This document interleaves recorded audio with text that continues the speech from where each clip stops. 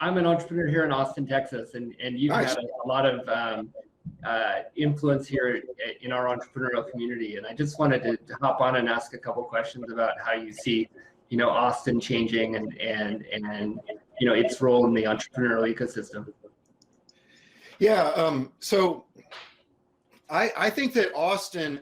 So I distinguish between Austin city limits and then outside of the city limits for an important reason. I think that that outside of the city limits, Austin has a chance, as does Florida, to do some really fundamental breakthrough innovation. They can build cities that have self-driving cars. They can build tunnels under them with the Boring Company. They can blast rockets into outer space.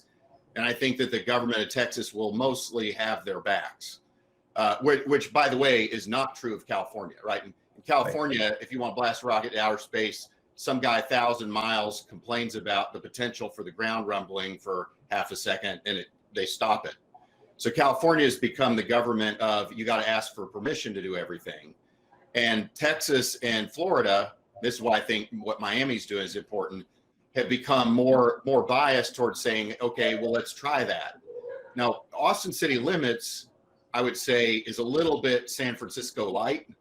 And so I would say that that's more of a problem than people in Austin have yet come to terms with, the risk of that, and the risk of Austin inheriting a lot of problems that San Francisco has because they don't learn from the lessons of what San Francisco got wrong.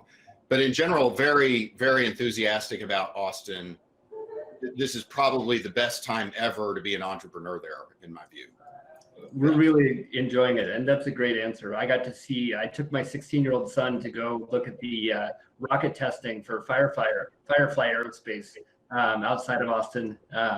Their office up in Cedar Park, and then they have a testing site about an hour outside of Austin. And yeah, phenomenal to see infrastructure being built, giant engineering teams here in Texas, really building next generational tech. Yeah. So I think that's and what we need is for the more founders to have the ambition to believe they can build those massive companies, game-changing giant companies. Absolutely. Thank you.